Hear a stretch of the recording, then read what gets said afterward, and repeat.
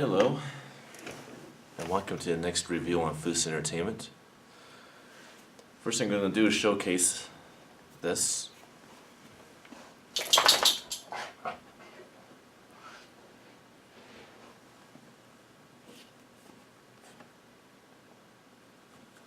sure that a lot of fans actually know what this is. This is the very, very limited deluxe edition of the Halloween Complete Collection. We're not reviewing all the films today. We're just reviewing the first one because, like I said before, we're doing these films in order of release date. So let's talk about this one. 1978's John Carpenter's Halloween, the film that started it all and redefined modern horror the way that we see it today, as far back as 1978. Well, what can I say about this movie? I'm not sure what it is about the movie that Eric keeps coming back to this movie after all this time. I would say that it's the gothicness, maybe. Maybe it's the essential all over nostalgia that it has, fitting of Halloween and stuff like that. I don't know.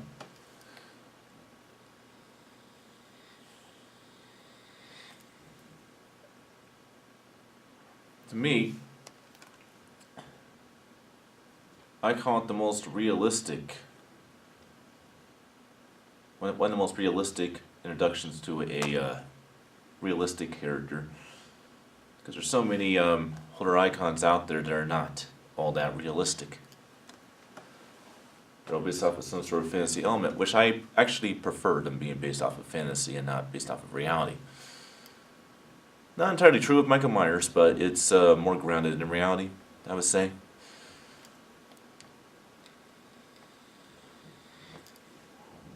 How is Michael Myers my favorite of the Rat Pack of horror? No. It's pretty obvious who is. That would be Freddy Krueger, but we'll get to him. Take a while though, because you have to go from 1978 to 1984 to get to that film. But I just like the movie. I like the atmosphere. I like the character developments. I like the way that the boogeyman is portrayed in the movie. I like to look at the movie. There's just so many things I like about the movie. The score I like from John Carpenter himself. It's a very good score. Legendary. Let's talk about the very simple premise of the movie.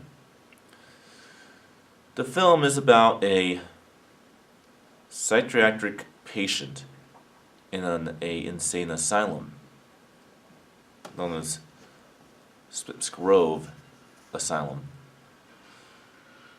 who is a kid at about 11 years old,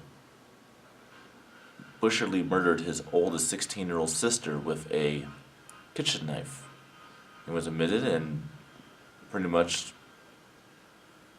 20 years later escapes from his captivity. He goes back to his hometown to wreak havoc on Halloween night by claiming more victims.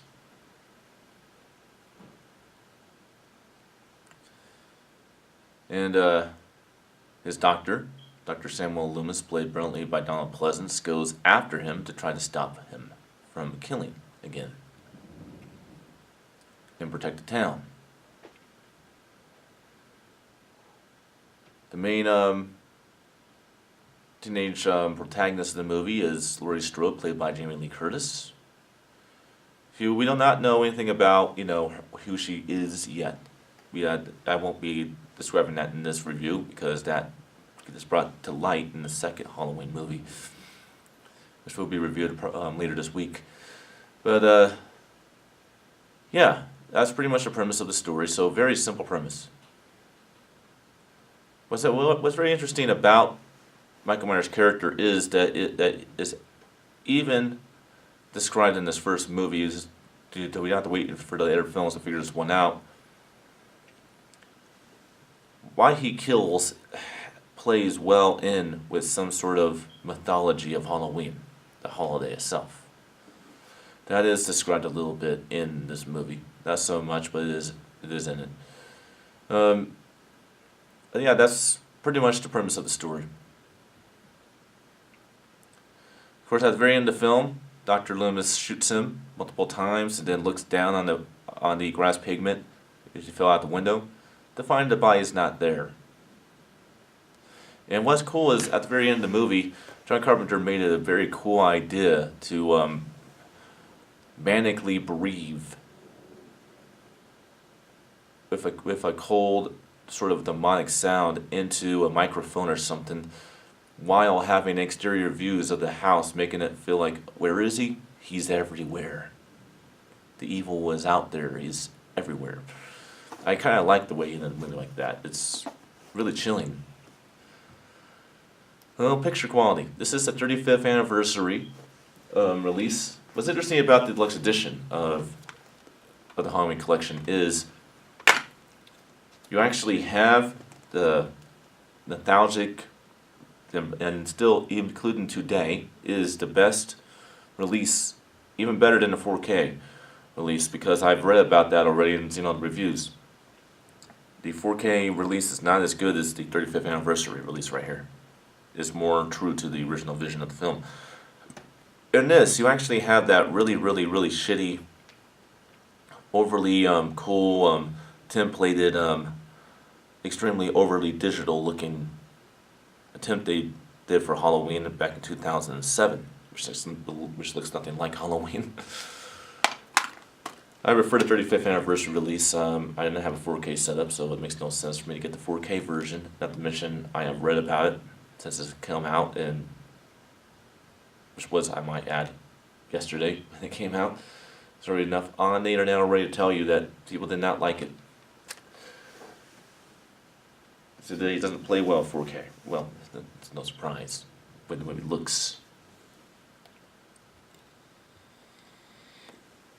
What I like about the 35th anniversary release is that it actually keeps the look of the 1978 classic Gothic movie in it.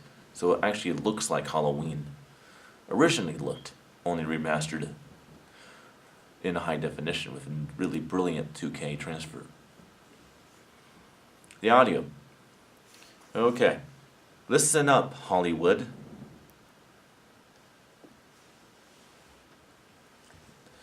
This is how you take an old movie and redo the sound into 7.1 audio.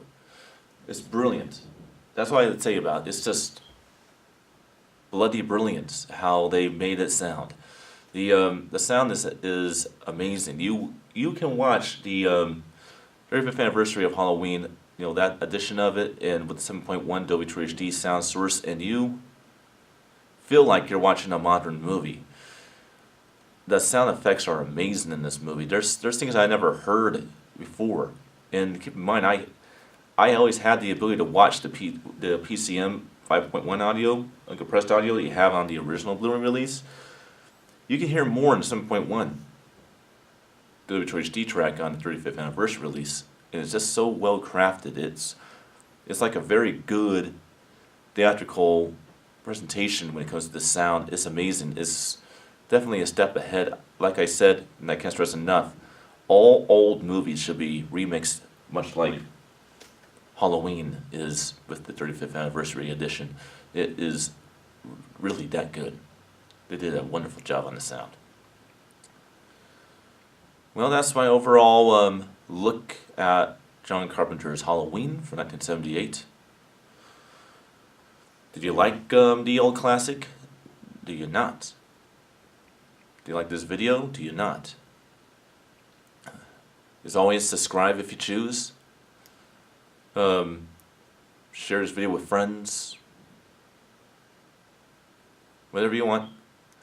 I will see you guys next time for my review of Friday the 13th for 1980.